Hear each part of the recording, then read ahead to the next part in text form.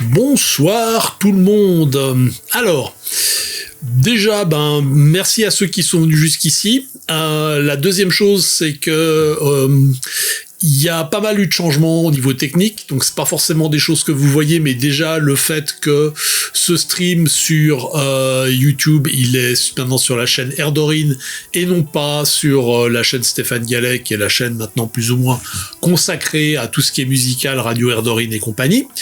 Mais du coup, ça signifie que j'ai dû faire pas mal de petits changements au niveau d'OBS et je suis pas certain qu'il y ait tout qui fonctionne encore raisonnablement bien. Là, par exemple, l'indicateur de nombre de personnes qui sont sur YouTube, clairement, il fonctionne pas. Il est à 0, mais je pense qu'on est quand même un peu plus que ça. YouTube me dit 2.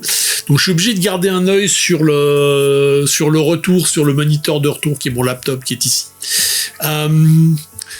L'autre chose, c'est que j'étais obligé de brief. Enfin, il y a plein de trucs qui pour le moment fonctionnent pas idéalement. Alors j'espère déjà en tout cas que vous arrivez à me voir, que vous arrivez à m'entendre. J'espère qu'il va y avoir un petit peu de monde sur ce stream. Après, je pense. Alors, on a Victor Dupire qui est là déjà. Super. Salut Victor. Merci d'être présent. Au moins ça me rassure. Au moins il y a du monde. Il y a du monde ici. Alors, en plus, il y a une blague, c'est que normalement, il y aurait dû avoir Axel et Ali qui viennent ce soir. Et puis là, elles sont dans le train. Enfin, ça a l'air d'être un buzzier pas possible. Donc, si vous nous regardez sur Twitch depuis les téléphones, salut les filles. J'espère bon courage à vous parce que je viens de vous passer un message comme quoi il y a déjà eu un accident de personne entre Lausanne et Genève et là en plus il y a un accident de train à Montreux. Là, ça a l'air d'être la bonne soirée pour voyager en train en Suisse. Tiens, on se croirait en France. Et paf, un petit tacle à la carotide à la SNCF. Bien. Alors, ce soir, à l'origine, je voulais vous parler des feuilles de personnages. Elles sont pas prêtes, donc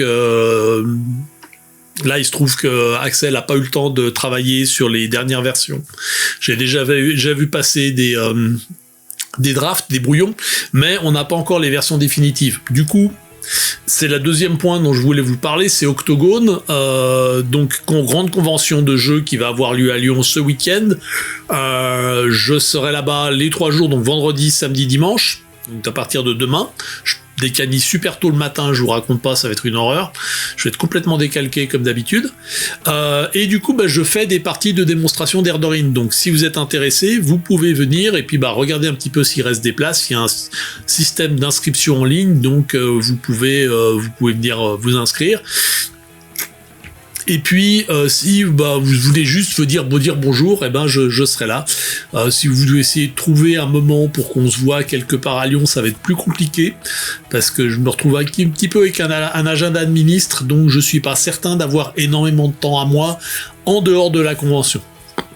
Donc oui, ça signifie qu'il faut rentrer dans la convention, il faut payer un billet, tout ça. Mais ça sera probablement plus simple que de se retrouver en dehors. En tout cas pour moi, j'ai déjà quelque chose prévu le vendredi soir, j'ai déjà quelque chose prévu le samedi soir, j'ai déjà quelque chose prévu le dimanche soir parce que je rentre à la maison le dimanche soir. Donc voilà, ça limite quand même beaucoup mes disponibilités en dehors d'Octogone. Voilà. J'espère en tout cas que j'aurai l'occasion de voir certains d'entre vous là-bas. Que ce soit des gens qui sont présents ce soir ou des gens qui regardent habituellement ou même des gens qui regardent par rediffusion.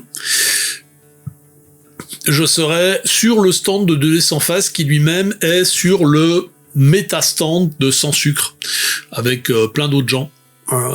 John Doe notamment, je crois Fibre Tigre aussi, enfin vraiment on est une blinde de gens là-bas, ça va être bien. On était déjà dans une configuration comme ça l'année passée en octobre et ça marchait super bien. On avait des tables à nous, on faisait des petites parties de démo dans notre coin, donc on a des parties de démo qui sont prévues pour être, alors en tout cas les miennes elles sont prévues pour être assez courtes. C'est un truc que j'ai remarqué, c'est que surtout dans des grands salons comme ça, quand c'est des petites conventions un peu plus orientées jeux de rôle, on va dire un truc comme par exemple Orchidée, où on sait vraiment que c'est du jeu jeu de rôle, du coup, prévoir des parties de 3 heures, ça passe, parce que les gens sont un petit peu là pour ça. Par contre, dans des grands salons, dans des conventions qui ont plus un côté salon, avec les gens qui passent et qui s'arrêtent pas forcément, si on leur propose une partie de 3 heures, c'est clair qu'ils vont pas s'arrêter. Par contre, si on leur dit on peut faire une partie en 1 heure, là déjà ça risque de plus les intéresser. Et du coup l'idée c'est de faire une pré-partie qui présente un petit peu l'univers de Tigre Volant, un petit peu par l'univers d'Erdorine, donc, mais vous m'avez compris, par le petit bout de la lorgnette. Mais pour donner déjà un petit peu une idée de comment ça marche, et 2-3 petits scénarios qui sont prévus. Il y en a 2 que je vais jouer, il y en a un 3e qu'il faudra que je peaufine un petit peu pour en faire quelque chose de jouable. Voilà, des fois c'est même de la récupération, je récupère des bouts de scénarios plus longs et puis je fais en sorte que ça tienne debout plus ou moins bien. Voilà, alors l'autre chose, je regarde un petit peu s'il y a de l'activité, donc pour l'instant c'est toujours un petit peu de désordre, hein. 1 heure c'est fort court, oui tout à fait. Alors le truc c'est que il y a une vingtaine d'années, quand était sorti Cops, sur des salons, conventions comme ça, ils organisaient des parties qui se faisaient en 20-30 minutes. C'était juste, comme c'est un jeu où tu joues des flics dans une Los Angeles futuriste, peut-être un peu moins futuriste maintenant, parce que on est en train de rattraper un petit peu l'univers du jeu au niveau des datas, mais l'idée c'est que tu jouais juste une intervention, et ça permettait de présenter l'univers, de présenter les mécaniques de jeu. J'avais été assez impressionné par ce truc-là, je me suis dit, c'est un truc pour Tigre Volant, j'arriverai jamais à le faire. Et puis en fait, en y réfléchissant, jouer juste une petite séquence dans le jeu qui tienne debout toute seule, mais faire en sorte que ça soit un scénario qui soit hyper rapide, qui soit intéressant pour présenter l'univers, qui montre un petit peu certains éléments, c'est un petit peu un apéritif, hein, je veux dire, c'est le mini canapé que tu as, qui va te donner un petit peu le goût de ce que tu peux prendre en grand plat. Mais oui, c'est un truc, jouer dans des grands salons, ça je l'ai déjà fait. J'ai même déjà fait des parties de Tigre Volant à la Japan Expo, qu'à l'époque où c'était encore Japan Expo Comic Con. J'ai fait aussi d'ailleurs plus récemment à la Japan Expo, mais c'était avec Freak Squill. Et il y a tellement de bruit ambiant que rien que le fait de jouer même 2-3 heures, on finit avec la tête, mais comme ça, quoi. C'est juste absolument impossible. Alors que, et puis il y a cette question de temps. Si tu proposes à des gens qui ne sont pas forcément des rôlistes, ou qui sont rôlistes, mais qui sont peut-être intéressés qui ont plein d'autres trucs à voir, et qui seraient peut-être intéressés par une partie de démo, mais juste un truc rapide. Si tu leur proposes une partie d'1 heure, ça passe, c'est déjà plus à même de les intéresser que d'arriver avec une campagne de 6 heures, on commence à 8 heures le soir, on finit à 8 heures le matin, prévoyez les sandwichs. Ça, il y a certains qui le font, mais ça, il y a pas de problème pour ça, mais alors déjà, moi, j'ai plus trop la santé pour ça. Pas une question de santé, j'ai pas la santé, c'est surtout que ça fatigue quand même énormément, hein, faire des parties de jeux de rôle en convention, ça, en fait, rien que le brouhaha, rien que le bruit ambiant, ça tabasse quand même pas mal méchant. Donc voilà, je préfère faire des parties courtes, 2 heures. Généralement, ma préférence va faire une partie, faire un scénario complet en 2 heures, 3 heures, ça j'y arrive, c'est pas trop un problème. Faire des parties en plus court, ça marche aussi. Faut juste, il y a des limitations, hein, faut limiter un petit peu la manière dont tu fais le truc. Alors je vais peut-être, alors je sais pas s'il y a des gens qui ont l'intention de jouer, mais je vais peut-être vous montrer rapidement. Je vais me laisser juste 3 secondes, je vais essayer de montrer un petit peu ça. Je vais vous montrer celui que je fais pas jouer en fait. Comme ça évitera de faire du spoiler à des gens qui ont. Mais voilà. Bon, en plus, il se trouve que moi j'ai quand même pas mal l'habitude de faire des scénarios qui sont plus en mode bac à sable. Donc l'aspect joué avec des trucs qui se font très rapidement. Voilà. Alors typiquement, si je passe, hop, transition, mise au point caméra 2, maintenant je suis sur cette caméra là, tiens d'ailleurs, bonjour caméra. Voilà, là c'est un exemple, Labyrinthe aux 1000 tentations, donc ça c'est un exemple de scénario très rapide que j'ai prévu de faire, que j'ai pas encore testé.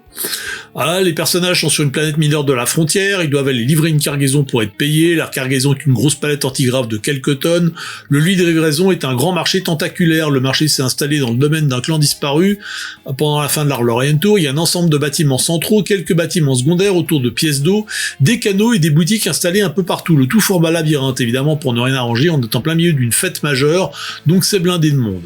Il y a des tentations qui peuvent attirer les personnages, certaines personnes veulent voler la cargaison, quelques-uns juste parce que, d'autres parce qu'ils veulent précisément cette cargaison, le convoi se retrouve dans un cul-de-sac, voilà, c'est un petit peu, l'idée c'est de poser un univers bac à sable, on va dire, voilà, il se passe, vous êtes dans un grand marché, il y a des gens partout, et du coup, bah, tu poses un petit peu des péripéties qui peuvent arriver. C'est pas non plus ils vont pas sauver le monde hein, dans le scénario, c'est un truc qui va se jouer en 1 heure, leur but c'est d'amener la cargaison d'un point A à leur vaisseau à un point B, leur destinataire, et être payé, et après voilà, c'est ensuite on va rajouter des petits éléments, on peut rajouter, moi par exemple typiquement là, c'est pour ça que j'ai pas un scénario à la Firefly. Écoute, le scénario en fait à la épisode de série. Hein, c'est effectivement, tu dis à la Firefly, mais si tu veux dire par là épisode de série, oui, c'est complètement l'idée. On va jouer un épisode d'une série. C'est alors ça va être pendant très longtemps, c'était 45 minutes. Maintenant, c'est un petit peu entre 45 minutes et 1 heure, ça dépend des séries. Il y a beaucoup de séries qui maintenant font plus que 45 minutes les épisodes, mais voilà, c'est un petit peu l'idée. Faut compter aussi que bah tu vas avoir peut-être 10 minutes, un quart d'heure au début où tu vas expliquer un petit peu l'univers de ton jeu de façon globale, un petit peu présenter les personnages, présenter les mécaniques de jeu. Bonsoir à toi, cousin Alesque, hein, merci d'être venu. Toi aussi, tu as réussi à trouver le chemin. Donc voilà, ça c'est le genre d'exemple, bien évidemment en mode pas fini, d'un scénario court que je fais jouer en convention. J'en ai 2 autres sur cette feuille, et généralement ça fait rarement plus d'une page. Typiquement, ce que je vais rajouter des noms de PNJ, comme ça j'ai ça sous la main assez rapidement, différentes péripéties, différents antagonistes possibles, retrouver avec surtout la présence d'esprit de Vien. Bah oui, effectivement, c'est une bonne idée. C'est une bonne idée. En tout cas, je te remercie d'être passé. Donc comme je disais aussi au début, je voulais parler des feuilles de personnages, sauf qu'elles sont pas terminées, donc du coup bah j'aurai pas des nouvelles feuilles de personnages pour Octogone, et donc j'aurai rien à vous montrer. Mais donc Octogone c'est un petit peu le deuxième événement, enfin le truc qui va me prendre tout le week-end là. Et puis l'autre truc que je voulais mentionner, alors ça concerne les gens qui suivent le site officiel. Donc j'ai un site officiel qui s'appelle tigre-volant.org, là j'abrège par tv.org, mais voilà, le site officiel, je viens d'y publier un article parce que je viens d'y publier également autre chose, à savoir une ancienne campagne que j'avais écrite, qui était censée être la campagne officielle de Tigre Volant, publiée et tout, que j'ai fini par ne pas publier pour des raisons sur lesquelles je vais revenir. Et du coup, bah là maintenant, sur ce viens là toi, Word ici, propriété, bim, on va passer, non c'est bien ça, on va passer sur l'autre fenêtre, devoir de mémoire full, voilà, boum. Alors ça on va fermer, ça j'en aurai besoin tout à l'heure, hop, non, reviens là, tu recommences au début, bim, voilà. Et donc, devoir de mémoire, c'est une campagne que j'avais quasiment entièrement écrite, à 85-90% elle est écrite, j'y avais même fait jouer, avec mon équipe du Tigre Volant Canal Historique, avec quelques rajouts de l'équipe de La Roche-sur-Foron. À l'époque, on avait un pote qui habitait à La Roche-sur-Foron, mais comme c'est un Tolkieniste endurci, on appelait ça La Roche-sur-Foron. Donc lui et un pote étaient venus, ils avaient participé à la campagne, ils avaient rajouté pas mal de dynamique, c'était vraiment cool d'avoir mes joueurs habituels, et puis ces deux-là qui arrivaient, mais qui avaient quand même plein d'idées assez rigolotes. Et du coup, j'ai retrouvé récemment ces textes dans un fond de tiroir, enfin l'équivalent virtuel d'un fond de tiroir. Et puis, je les ai relus. Et alors, il y a probablement un enfer spécial pour moi parce que j'ai rigolé de mes propres blagues. J'ai trouvé que ça tenait encore pas mal la route au niveau écriture. Et puis surtout, il y a pas mal d'éléments là-dedans qui sont des éléments de contexte qui peuvent être réutilisés pour d'autres choses. Et du coup, je me suis dit, pourquoi pas reprendre ça, mettre un petit peu au propre, mettre des feuilles de style à peu près pas trop dégueulasses. Alors, c'est du Word parce que c'est pas un document final, donc je voulais pas en faire une mise en page un peu plus chiadée comme je fais sur d'autres versions. Là, on est vraiment sur un brouillon, ce qui est indiqué au départ. Donc, je l'ai écrite il y a facilement 12 ans à peu près. 12-15 ans. Et c'est une campagne. Alors, la raison pour laquelle ça n'a pas été la campagne finale de Tigre Volant, et en fait tient dans ce qu'elle est. C'est une campagne qui est beaucoup plus orientée pulp. Alors ça encore ça va avec Tigre Volant, mais surtout qui était prévue pour des personnages qui étaient soit archéologues, soit qui tournaient autour de l'archéologie et de préférence terriens. Encore que l'archéologie en elle-même, c'est une discipline qui est principalement faite par les terriens. Les autres peuples en ont un petit peu rien à foutre, voire sont activement opposés. Et ça fait partie des éléments qu'il y a justement dans cette campagne. Alors, voilà, donc une campagne pour Tigre Volant à laquelle les personnages, en fouillant les ruines d'une ancienne cité terrienne, découvrent un secret qui va leur retirer les foudres d'une conspiration eldarine multimillénaire, rien que ça. Les personnages vont alors se retrouver à parcourir la sphère à la recherche des derniers témoins d'Erdorine, la terre d'avant l'exil. Alors là, on rentre en fait c'est pas un métaplot, mais c'est quand même un peu un métaplot. Disons que c'est un petit peu l'histoire cachée d'Erdorine. Les racines d'Erdorine remontent à la Terre il y a environ 15 000 ans. Et à ce moment-là, sur Terre, on était dans un monde un petit peu Medfan, dans la légende. Oui, c'est un petit peu ça. C'était un monde un petit peu Medfan, probablement avec des technologies un poil plus évoluées, dans lesquelles se faisait la guerre deux entités, deux blocs géopolitiques, principalement séparés pour des raisons religieuses. On va pas rentrer énormément dans les détails, mais par contre, il faudra peut-être que je rentre moi dans les détails maintenant que j'y pense, parce que je crois que ça n'est pas indiqué dans les textes. Maintenant, voilà, ça serait peut-être un peu con, mais voilà. Mais du coup, l'idée de cette campagne, c'est que les personnages vont mettre la main sur des artefacts qui datent de l'époque d'avant l'exil. Cette conspiration qui cherche à empêcher par tous les moyens, et quand je dis tous les moyens, c'est jusqu'à aller désorbiter un cargo, sur la gueule des personnages. Cette conspiration, elle cherche à empêcher des témoins ou des artefacts qui montrent ce qui s'est passé avant l'exil, parce que grosso modo, les peuples stellaires se sont créés une sorte de roman national. Ils se sont inventés un truc légendaire avec les gentils et les méchants, et puis les méchants c'était vraiment des très méchants. Enfin, vous prenez grosso modo le Seigneur des Anneaux, vous avez la lumière et vous avez les orques et Sauron et tout ça. Et c'est ce qu'ils se sont inventés comme histoire, et puis ensuite quand ils sont partis de la Terre, les méchants ils sont morts, et puis nous on est les gentils, on est restés. Bien évidemment ça tient pas à la route une seule seconde, mais c'est comme ça qu'ils ont vécu pendant 15 000 ans, et ils ont pas forcément non plus envie qu'on aille gratter ça, parce que leur crainte en fait, c'est de dire que chaque fois que les Eldar se sont battus contre des Eldar, ça a super mal fini. Le fait que, par exemple, l'Arlorien Tour, ça a été un petit peu ça a été une grosse guerre civile, ils ont pas envie de revivre ça, et ils pensent que si on touche à ce mythe originel de tous les Eldar étaient ensemble et tapaient sur des méchants qui n'étaient juste pas, des espèces de créatures démoniaques, machin, si on touche à ce mythe, toute la société va s'effondrer et ça va être terrible, il va y avoir des cataclysmes et les terriens vont rigoler en mangeant du popcorn. Donc, Alors, bien évidemment, cette conspiration se fait beaucoup d'idées préconçues.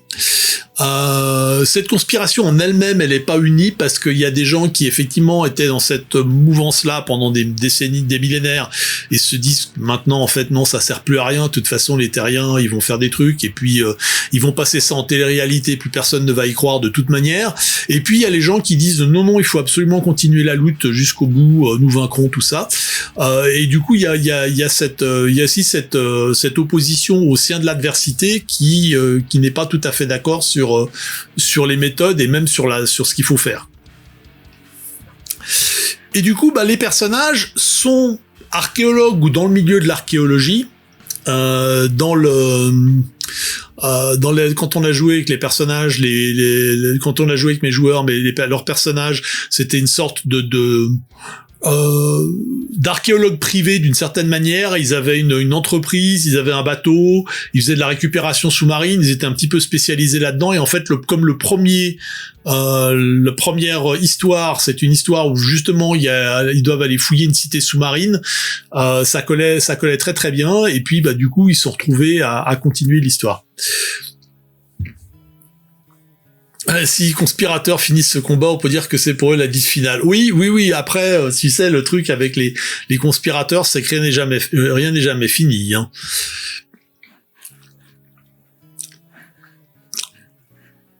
Et donc voilà, les personnages, campagne est prévue pour des personnages débutants, voire un peu plus, assez costauds de là. L'intrigue autour de fouilles archéologiques, de secrets historiques et autres petites vieilleries est préférable de faire en sorte qu'un noyau central de PJ soit des archéologues ou à tout le moins des gens qui travaillent dans ce domaine, chasseurs de trésors indépendants, c'était le cas justement des PJ. Et puis dans le tas, ils avaient un ou deux historiens qui étaient là, ils sont pas d'accord entre eux, ça finit en schisme, exactement. Et il y avait quand même dans le tas des personnages, il y en avait un ou deux qui étaient des historiens raisonnablement sérieux, qui servaient un petit peu de caution scientifique, et puis on avait le Rowan de service comme unité de protection, qui était pas mal non plus. Voilà, et préférable qu'il y ait au moins un personnage évoluant dans les milieux académiques, désireux de faire oublier de la justice, ressentissant Eldarin ou Atalen venant sensiblement d'un clan ancien. Alors là, c'était rigolo parce qu'on avait, avec les géologues, ça finit en schiste. Oui, effectivement, c'est voilà. Car tu es pierre et sur cette pierre je bâtirai mon église, c'est bien connu. Alors en fait, il se trouve que l'un des historiens, ou même l'historien qu'on avait dans le tas, c'était un Atalen qui venait d'un clan raisonnablement conservateur. Et ce qui était rigolo, c'est qu'il y avait une opposition de clans, vu que le groupe des chasseurs de trésors, c'était plus ou moins une fratrie, cousinade d'un clan écossais. Et lui, il avait un clan Atalen, et il avait réussi, par une manœuvre à la fin de l'histoire, à faire adopter le clan écossais par son clan de naissance. Ce qui évidemment fait un paquet de pataquès assez spectaculaire dans les archives royales des Hockard. Enfin, c'était assez rigolo comme idée. Voilà, on avait les agents des différentes officines gouvernementales. Voilà. Donc il y a pas mal de trucs. L'idée de comment est-ce qu'on commence. Là, je pense que la date, il faudrait éventuellement la changer. Donc là, il y a tous les protagonistes. On a la Royal Historical Society of Scotland, qui sont des gens de bonne famille qui ont beaucoup trop d'argent et pas assez de connaissances académiques, et qui font du cosplay d'archéologues et qui généralement sont là un petit peu comme faire du comic relief ou Footloose Bull dans les recherches des autres PJ. Faudrait que je fasse un petit peu d'ailleurs un truc, parce que j'ai remarqué, on les voit apparaître dans les premiers épisodes, mais ils disparaissent ensuite, et ça peut être aussi amusant de les faire venir à la suite. Le bureau d'archéologie Highlander, qui est donc l'équivalent Fédération des Hautes-Terres, mais qui est plus orienté dans la recherche des anciennes bases soviétiques, enfin grosso modo le historique jusqu'au milieu du XXe siècle, et si c'est plus loin, ils y connaissent pas grand-chose. Mais ils vont quand même être impliqués dans l'histoire, parce que la grosse découverte va avoir lieu en Fédération des Hautes-Terres. Mystery Network, comment ne pas mentionner Mystery Network, donc la chaîne de télévision spécialisée dans les trucs paranormaux, les émissions avec des titres avec des S à l'envers, et bien évidemment ils sont aussi un petit peu là pour mettre le sbull et pour le comic relief, mais ils peuvent également apporter des informations. C'est juste qu'ils vont les noyer dans des trucs totalement saugrenus, et ils vont demander des interviews avec des questions extrêmement gênantes à la clé. Alors la Rose de Mars, c'est des spécialistes des événements paranormaux, donc il y a peut-être des chances qu'ils soient impliqués aussi dans l'histoire. Et là, dans les méchants, on a l'Orenui, qui est donc une organisation secrète. L'Orenui, ça signifie que ceux qui se souviennent. Et voilà, c'est eux qui cherchent à effacer toute trace de l'histoire avant l'exil pour garder leur version légendaire un petit peu debout. Donc là, il y a toute une liste de différents PNJ. Je garde quand même un œil pour voir s'il y a des trucs que je rate. Non, mais visiblement, tout le monde est là. Pouf, pouf. Oui, on a le Vatican aussi. Bon. Et voilà, donc là il y a quand même un synopsis. Donc vous avez là le pré-générique qui se déroule dans une ancienne cité, probablement une histoire de reptilati illuminien de la part de Mystery Network. Oui, alors complètement, ça c'est au mieux, ça c'est les trucs les plus compréhensibles, hein. On les voit apparaître alors parce que bon, donc il y a la première partie, la forteresse engloutie, c'est donc toute cette histoire dans une cité cité sous-marine où ils vont retrouver des documents qui vont leur permettre d'avoir les coordonnées de la capitale. La capitale oubliée, c'est la capitale des Ilek, qui est comme ça qu'on appelle les grands méchants dans l'époque d'Erdorin avant l'exil. Et puis du coup, il va y avoir tout un tas de trucs pour aller traverser la moitié de la Fédération des Hautes-Terres pour essayer de trouver cette capitale qui se trouve au milieu de l'Oural. Ensuite, il y a des histoires, il y a plein de quêtes annexes, hein. Il y a plein de trucs divers et variés pour lesquels on peut commencer à faire des choses. Le professeur qui est le commanditaire des personnages meurt assez rapidement et du coup ils vont se taper il y a toute une enquête autour, on les incrimine, etc. Ils vont se retrouver à Paris pour essayer de retrouver des archives qui appartiennent à une secte satanique du genre méchant, et donc du coup il va y avoir toutes les blagues avec Paris, le satanisme, etc.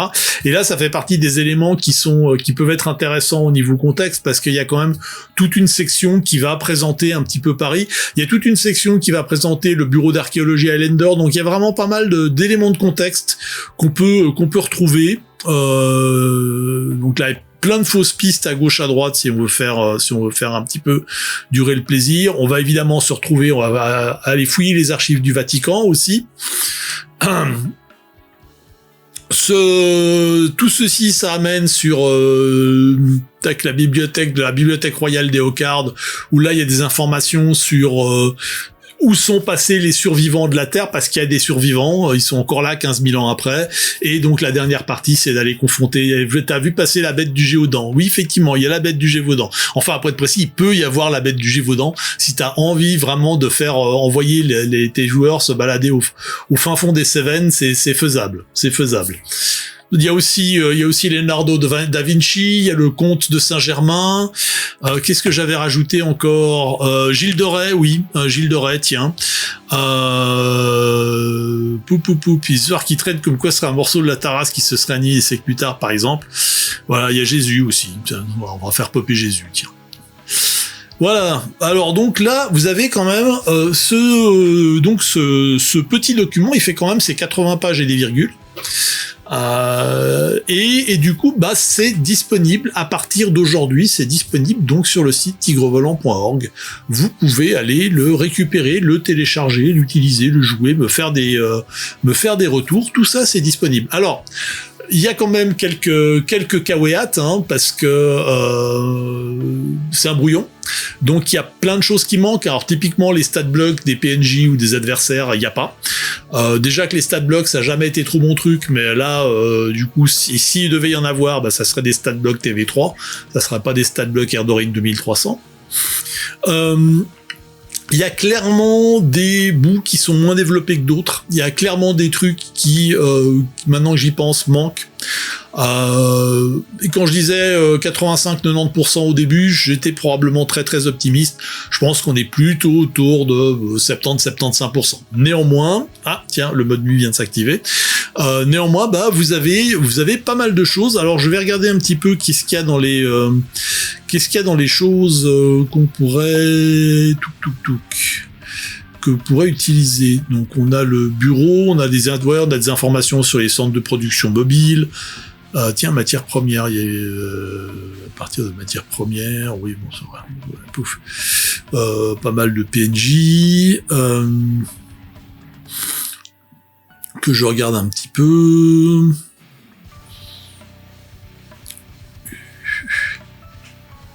La secte, voilà, secte maudite, là, il y a tout un tas de trucs, il y a quand même une grosse partie sur Paris, donc sur la géographie, sur la politique, sur le sadomasochisme, enfin le truc habituel, quoi. Paris. Satanisme, sadomasochisme, société secrète, ça fait beaucoup trop de S dans cette histoire. Hop.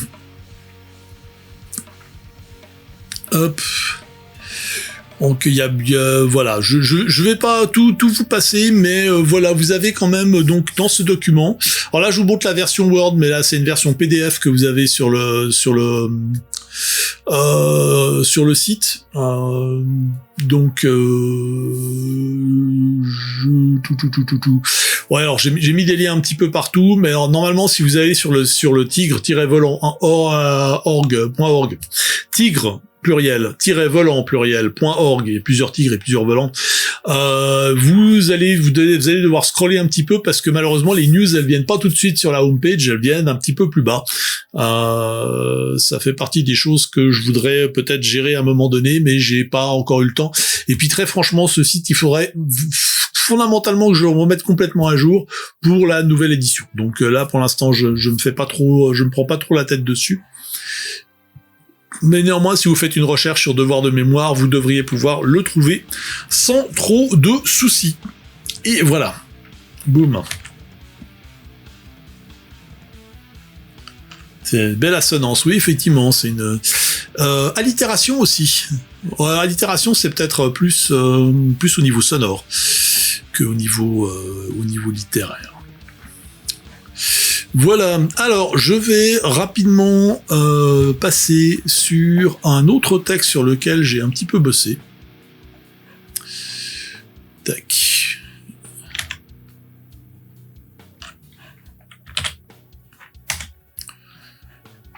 Voilà, alors ça j'en avais un petit peu parlé.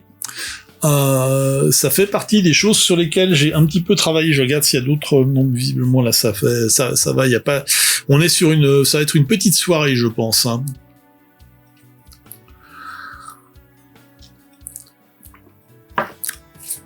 L'itération, il me semble, parce que je me souviens que une des blagues qu'on faisait avec les jeux genre Donjons et Dragons, Chevalerie and Sorcery, etc., c'était Alliterations and Ampersand.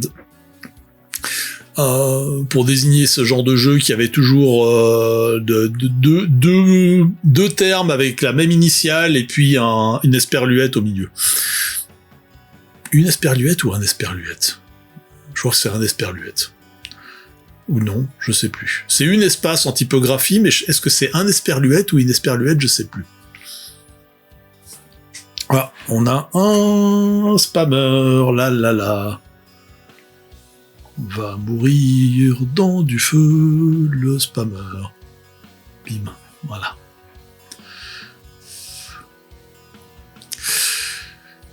Pouf, alors, on va revenir ici. Alors là, cette idée Erdogn 2300 en bref, l'idée c'est d'avoir un texte qui va être au début du livre, et aussi qui peut être récupéré pour être en flyer ou ce genre de choses. C'est vraiment présenter le jeu et son univers. Wiki de l'experluette est un substantif féminin. D'accord, c'est une esperluette. Alors, ça m'étonne pas parce que souvent les trucs en typographie ont tendance à être féminin. Justement, le une espace quand on est en termes typographiques, c'est une espace insécable par exemple. Alors. Donc l'idée c'est d'avoir une présentation très rapide de l'univers du jeu, peut-être un petit peu des mécaniques, mais en tout cas vraiment d'un truc, on en avait parlé la dernière fois, Donc là, salut les gens et bienvenue dans l'univers d'Erdorine 2300. Comme son nom l'indique, il se déroule en l'an 2300 de ce que les terriens appellent l'ère commune ou l'ère chrétienne, à quelques virgules près, parce qu'il n'est pas exclu qu'on ait perdu quelques années pendant les diverses guerres nucléaires. Oui, il y a eu des guerres nucléaires, entre autres. Et si je dis les terriens, c'est parce qu'ils ne sont pas seuls dans la galaxie. En fait de galaxie, Erdorine 2300 se déroule principalement dans un petit bout d'Icel, un espace d'environ 250 années-lumière de rayon qu'on appelle la sphère. Donc à présent, c'est un espace, c'est pas une espace. Parce que c'est pas de la typographie. Ou alors c'est qu'il y a vraiment un gros problème. Ils vivent des Cyannides, des lézards bipèdes qui vivent principalement du négoce, n'aiment pas la symétrie, ne voient pas les couleurs, des Talvarides, un peuple ursoïde aux coutumes tribales et animistes, et une palanquée de peuples dits anthropomorphes. Parmi ces derniers, les Terriens susmentionnés, mais aussi les Eldar, des elfes pansexuels de l'espace, les Atlanides, des Numenoréens pansexuels de l'espace, et des Karlanes, des douaniers pénibles de l'espace. Les Terriens sont arrivés dans la sphère en 2101 et ont commencé à émettre le sbul, pas toujours volontairement. Eux-mêmes ont vu l'apparition de peuples distincts, comme les Highlanders, des humains améliorés génétiquement par des humains améliorés créés par le programme eugénique d'une des nations terriennes, et les Rowan qui ont une tête de chien, littéralement, avec la truffe, les crocs et tout, et un sale caractère. Tous ces gens ont des cultures bien à eux. Alors les nations, il faut encore que je le fasse. Et donc l'histoire, en très très bref, les cultures stellaires prennent leur source dans l'exil, le départ de la Terre il y a 15 000 ans et l'établissement sur 6 mondes, 3 pour les Eldar, 3 pour les Atlani. Après quelques millénaires de développement dans leurs coins respectifs, ces deux peuples développent une propulsion interstellaire, rencontrent les Cyanni et fondent l'Arlorian Tour, une union politique, militaire et commerciale. Il y a un peu plus de 5 000 ans, cette entité politique rencontre les Karlanes et ça se passe mal. Guerre stellaire qui se termine 2 millénaires plus tard par l'effondrement de l'Arlorian Tour et son éclatement en multiples nations stellaires diverses. Et donc, il y a 200 ans, les Terriens déboulent, et si les peuples stellaires supposent qu'ils sont encore tranquilles pendant quelques siècles, le temps qu'ils trouvent leur marque, ils sont très surpris de les voir rattraper leur retard technologique en quelques décennies. Forcément, ça va plus vite quand on vole les technologies et qu'on ne teste pas les trucs. Cette arrivée se fait un peu dans la douleur, avec quelques alliances imprévues et surtout des agressions plus ou moins caractérisées. Agressions qui culminent avec une série d'offensives diplomatiques ou militaires dans la frontière au début du 23e siècle. La région n'était déjà pas très stable de base, ça ne s'arrange pas. Et il y a 10 ans, un ancien bout de l'Arlorian Tour refait surface sous la forme d'une nation stellaire aux traditions plutôt bizarres. Aujourd'hui, en 2300, les choses sont plutôt calmes pour le moment. Voilà. Ça, c'est vraiment un truc que j'ai dû écrire entre deux cafés, genre en 20 minutes.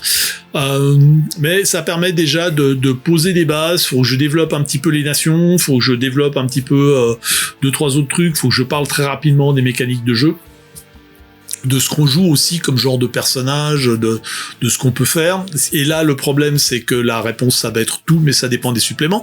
Ce qui est pas forcément la réponse la plus adéquate pour ça. Mauvaise nouvelle, train supprimé. Ok, bon, les filles, ça va être un problème. Bon. Et voilà. Donc ça, c'était un petit peu tout ce que j'avais à vous présenter. Du coup, je sais pas si donc on revient sur les. Alors, je vais peut-être revenir sur les questions. Alors déjà, est-ce que vous saviez qu'il existait un site tigrevolant.org? Alors, il est normalement dans la description des vidéos, mais je sais que les descriptions de vidéos, pas tout le monde les regarde. Mais est-ce que vous connaissiez ce site? Est-ce que vous y étiez déjà allé? Est-ce que vous avez déjà vu d'anciennes campagnes? Alors, par exemple, maintenant, en fait, toute la gamme Tigre Volant, 3e édition, aussi la 2e, mais il y a vraiment pas grand-chose, elle est disponible sous licence Creative Commons sur le site. Donc, téléchargement gratuit, vous pouvez tout récupérer. La seule différence, c'est que sur les versions qu'il y a en ligne sur le site, il y a beaucoup moins d'illustrations, à une exception près, où j'ai effectivement sur un des suppléments, là où les dessinateurs ont décidé de jouer le jeu et ont aussi mis leurs illustrations sous licence Creative Commons. S'il n'est pas dans mes marque-pages, il était en tout cas dans mon historique. Alors tu peux aussi le mettre dans tes flux RSS si tu utilises les flux RSS, et si tu n'utilises pas les flux RSS, je t'encourage fortement à utiliser les flux RSS parce que c'est bien, avec un B majuscule.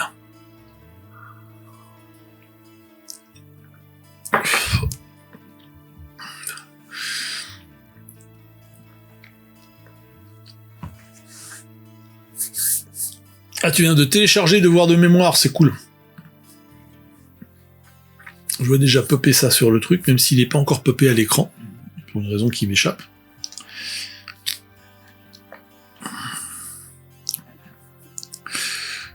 Je vais peut-être revenir en full screen là, ouais, boum.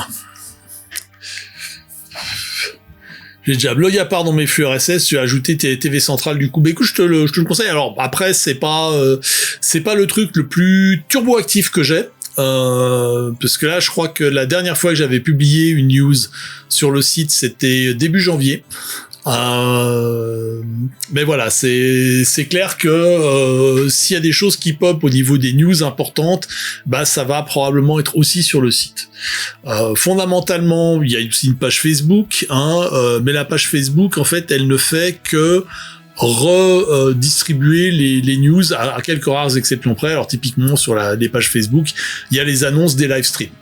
Mais ça aussi, vous pouvez les récupérer en suivant en vous abonnant à la page YouTube, par exemple.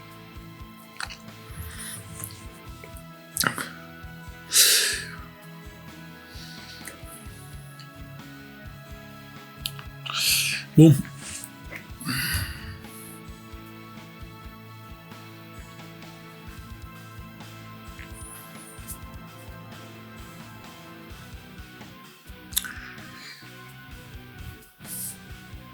Alors, à moins que vous ayez des questions ou des choses prévues, malheureusement, je pense que je vais écourter le live stream là. D'autant qu'il va falloir que je vois visiblement les filles qui devaient arriver à la maison, leur train a été annulé. Du coup, je sais pas trop exactement comment on va se débrouiller.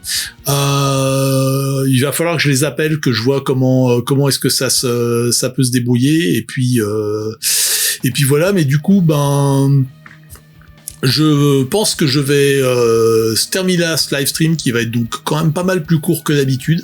En même temps, je vous ai un petit peu présenté tout ce que je voulais vous présenter.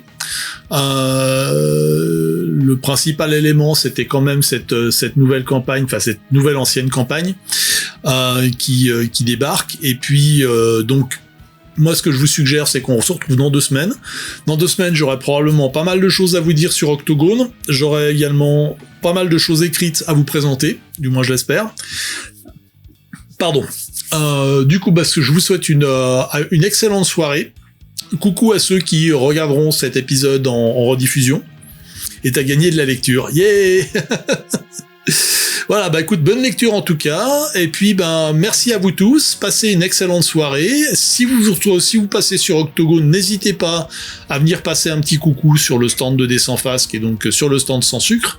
Et puis du coup, à une prochaine. À plus.